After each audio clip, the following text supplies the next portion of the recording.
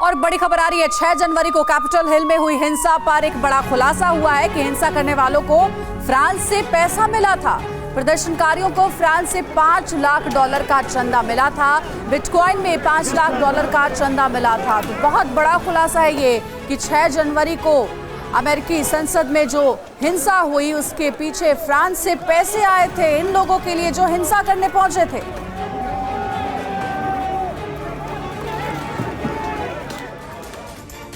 वहीं नुसरत जहां के विवादित बयान पर बीजेपी ने बड़ा पलटवार किया है। बीजेपी ने ममता बनर्जी और टीएमसी पर मुस्लिम तुष्टीकरण का आरोप लगाया।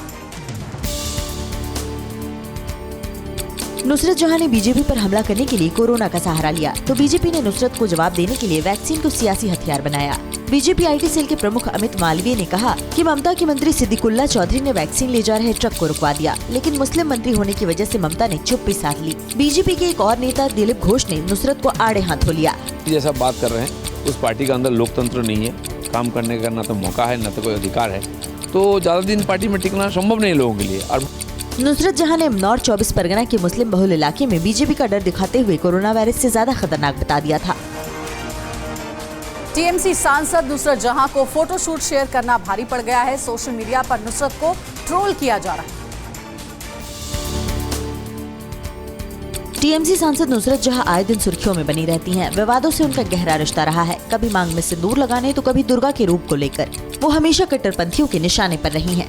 इस बार फोटो शूट के बाद नुसरत ट्रोलर्स के निशाने पर आ गई हैं। दरअसल नुसरत ने yellow short one piece dress में फोटो शूट करवाया था। इसके कैप्शन में उन्होंने लिखा, मैं उन चीजों पर काम कर रही हूँ जो लोग मुझसे छीन नहीं सकते।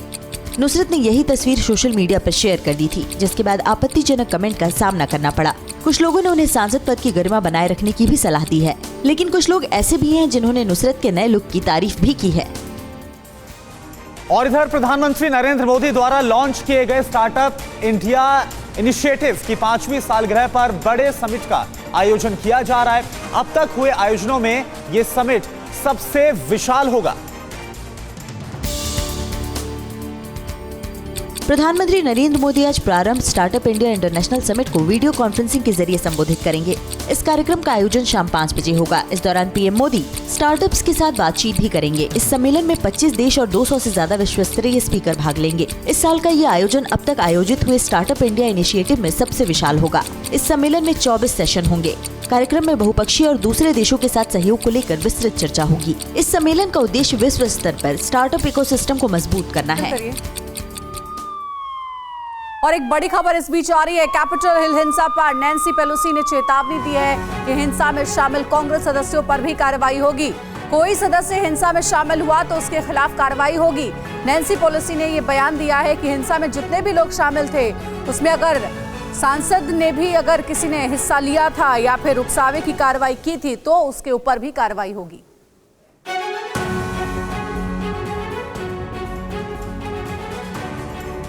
फिक्र आपकी, सोमवार से शुक्रवार रात 9 बजे सिर्फ TV9 भारतवर्ष पर।